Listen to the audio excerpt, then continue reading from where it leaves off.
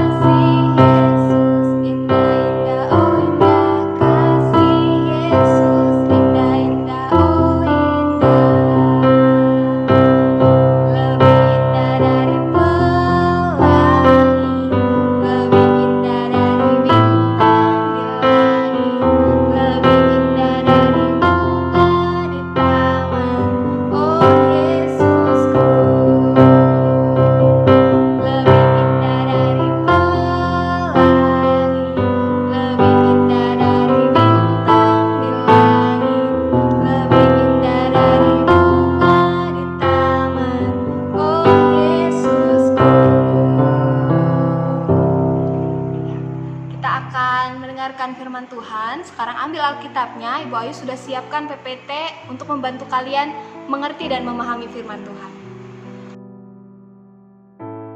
Seperti yang di layar kalian ya, kita hari ini akan mendengarkan devosi tentang kemah suci. Namun sebelum itu, kita ambil sikap berdoa. Kita satu dalam doa, kita berdoa. Tuhan Yesus, terima kasih Tuhan untuk pagi hari ini. Tuhan memberikan kami nafas kehidupan, Tuhan memberikan kami kesehatan, sehingga kami boleh bersama-sama devosi di tempat kami masing-masing.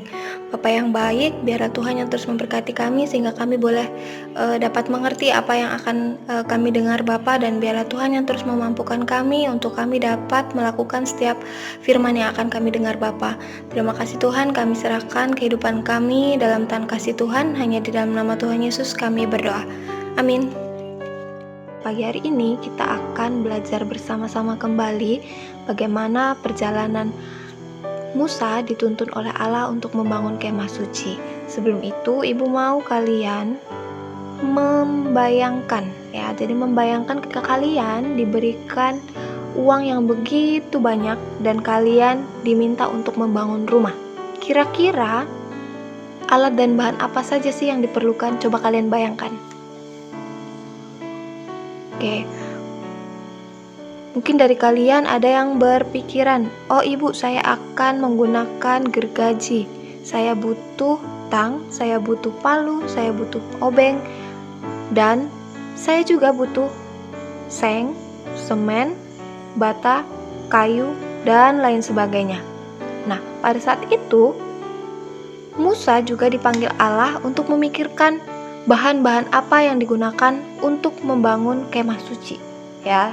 Oleh karena itu kita akan baca bersama-sama ya, kalian di rumah kalian masing-masing, dan ibu akan baca untuk kalian di dalam Keluaran 25 ayat 1 sampai 8 ya. Jadi kita akan baca bersama-sama Keluaran 25 ayat 1 sampai 8. 1, 2, 3. Berfirmanlah Tuhan kepada Musa, katakanlah kepada orang Israel, supaya mereka memungut bagiku persembahan khusus. Dari setiap orang yang terdorong hatinya, haruslah kamu pungut persembahan khusus kepadaku itu.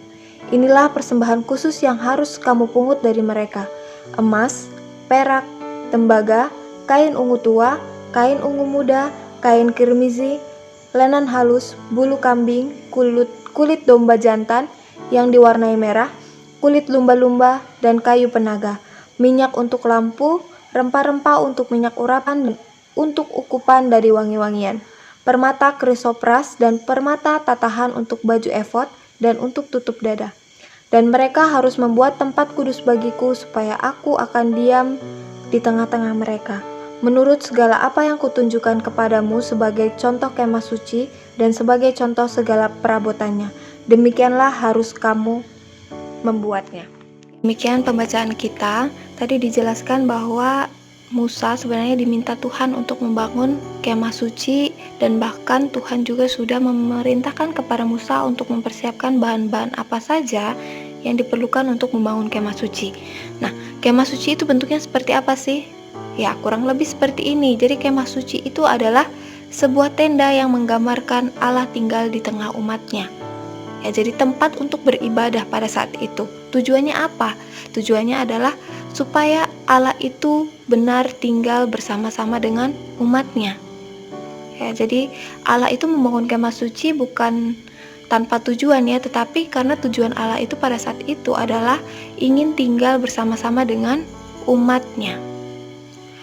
Tadi juga dijelaskan ya bahwa sebenarnya bahan-bahan yang digunakan untuk membangun kemah suci itu sangat banyak ya, bahkan terbuat dari emas, dari perak, dari tembaga dan lain sebagainya ya. Kalau kita baca lagi di ayatnya yang ke-3 sampai ayat yang ke-7, kalian bisa baca semuanya sudah dijelaskan Tuhan secara detail ya.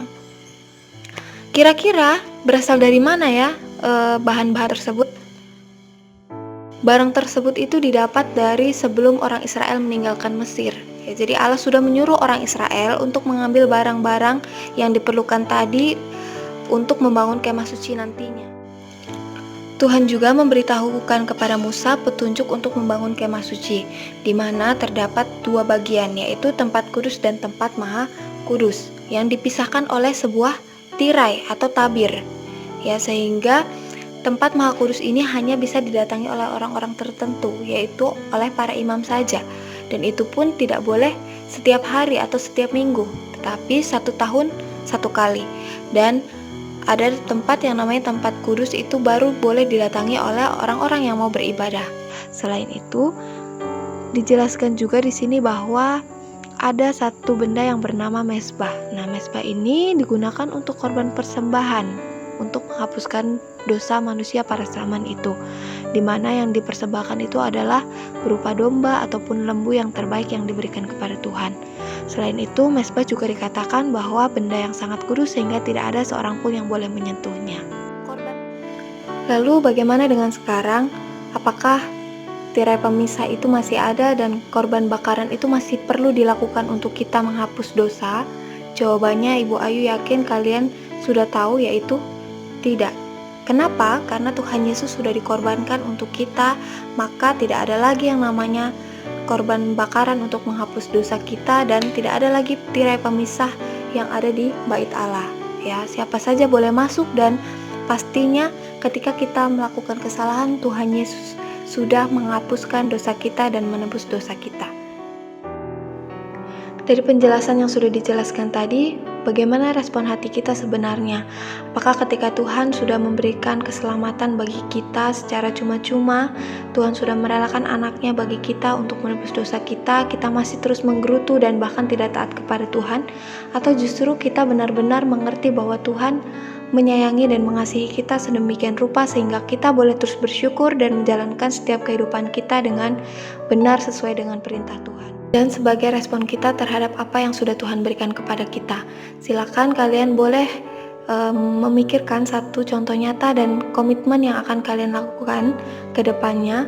Nanti kita akan berdoa bersama-sama, dan setiap contoh nyata yang sudah kalian pikirkan tersebut boleh kalian kirimkan kepada Ibu Ayu melalui Telegram. Sebelum itu, kita mau satu di dalam doa, kita mengakhiri devosi kita pada pagi hari ini. Mari kita berdoa. Tuhan Yesus, terima kasih Tuhan untuk firman-Mu di pagi hari ini yang sudah mengajarkan kami bagaimana kami harus berespon terhadap kasih karunia yang sudah Tuhan berikan kepada kami secara cuma-cuma. Biarlah Tuhan yang terus memberikan kami kepekaan sehingga kami dapat melakukan setiap firman yang kami dengar. Dan Tuhan, kami juga mau menyerahkan sepanjang hari ini ketika kami boleh belajar di rumah. Tuhan, berikan kami hati yang sukacita sehingga kami boleh mengerjakan setiap tugas dan pembelajaran yang diberikan. Tuhan juga yang terus memberkati orang tua kami, biarlah mereka juga boleh terus dikuatkan di dalam mengajarkan kami. Terima kasih Bapa, kami serahkan kehidupan kami ke dalam tangan kasih-Mu. Hanya di dalam nama Tuhan Yesus kami berdoa. Amin. Terima kasih buat kalian yang sudah mendengarkan. Tuhan Yesus memberkati. Selamat belajar di rumah, tetap semangat dan sukacita.